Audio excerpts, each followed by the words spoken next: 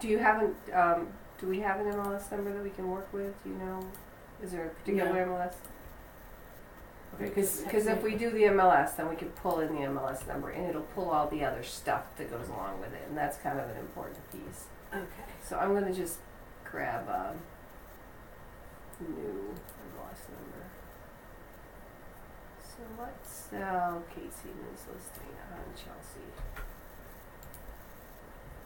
Okay, so I'm going to click create now, right? I've got my name, whatever I want to name my transaction. I've got the MLS number in here, and I'm the selling agent. Okay. So what that should do is it should be pulling the information in from the listing. Now you see it pulled the MLS information in. Okay? Yep. So it starts that transaction. Now you can go through and fill all this stuff out, but I'm going to recommend that you don't. I'm going to recommend you just go to next. Skip the transaction dates, because all I found was that this was frustrating. Okay, so now you see I'm the selling broker, would be you, obviously, or would be the Howard Hanna. The listing agent's here, I'm the selling agent. Here are the two owners, or the sellers, and the listing broker. If I had, now what am I missing? I'm missing a buyer, right? So I need to add my buyer. I'm going to add, create a new contact. I'm going to call him a buyer. I'm going to call him Sally. Buyer. Put my email address in, because I don't want to send it anyplace else. And I'm going to click save. Right? So now I've added my buyer. Okay. We're good? Okay, I'm going to click next. And I have no forms in here yet because I'm not working with a template. But what I need is a purchase offer. Right? So I'm going to go in here, I'm going to click add. You're going to put what? Click add right here. So basically I'm going and I'm opening a file drawer, and I'm going into the folder where my purchase offers are. And so right here is the contract for purchase. So I'm going to select, see the buttons on the side, so I'm just going to pull that one. I'm going to add part B, because often that folks want to add the part B just to make sure that the buyer has seen it. So you can't say that they didn't see it because it's in the contract. The other thing you might want to add, right, is the agency on the selling side, agency disclosure on the selling side, so I'll add that as well. Anything else? No. No. Okay, so I'm going to click add. So now those forms have just been updated. Now from here, open the contract and make sure you fill in the blanks. So click on this right here. And we are going to go through as soon as it updates in the closet. So now you see the contract's up, and it's pulled in the sellers, it's pulled in the buyer I typed in, right? Sally Buyer's here. I could put in the address here if I want to. 123 Main Street. Okay, right? I could put in her phone number.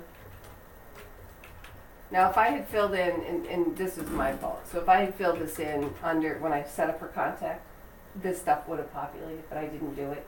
So, which is why you go in here and make sure that you've got it. So, I'm going to go through here and make sure that I filled all this stuff out. If I have this information, I can do that. You see it pulled in the brokerage license number when it came over. So if the license numbers are filled in, all that stuff comes over. Whatever they filled in on their side will pull into the contract. And the same is true for you. Your brokerage and your license number would come in as long as your information's been updated in the system. And should have been. So I'm going to go down here and, if there's acreage, right, you fill in all these things for time. I'm not going to. Right. Just like you were getting regular signature. Exactly. Just like it was a paper copy, the only difference is you're doing it here. If it's, you can click if it's on premise or whatever. So you'll fill all this stuff out. The purchase price. Right. The whatever the additional deposit is. I don't know, whatever these are. The seller escrow agent will likely autofill. I'm sorry, the escrow agent will likely autofill because it'll be pulled in from your file. I don't have anything filled in on my side, so it didn't show.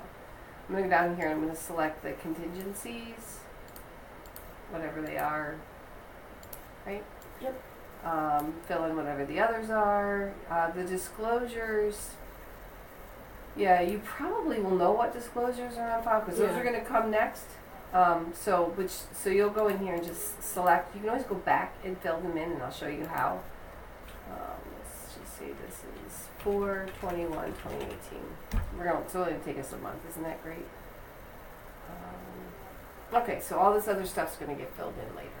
Okay. So now I can go up here and I can click exit. Should automatically do it, but if you're not real sure, you can click save, and it saves the document. And then you can exit out. So the exit should automatically save it, but if you feel more comfortable, click your save. Okay? Takes me back to the wizard. Now I'm going to click next. So next, it's bringing in, see, these are all of the disclosures that were in the MLS. So they're all here. You can go in and you can take them out, and if you delete them, it's not going to do anything to the transaction in the MLS. It's only going to affect this particular transaction. Okay? Yeah. For this purpose, I'll just leave them. Well, actually, yeah, I'll leave them.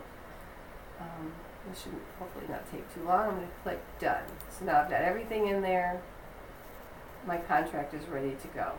Now I'm going to click start signing. And I'm going to call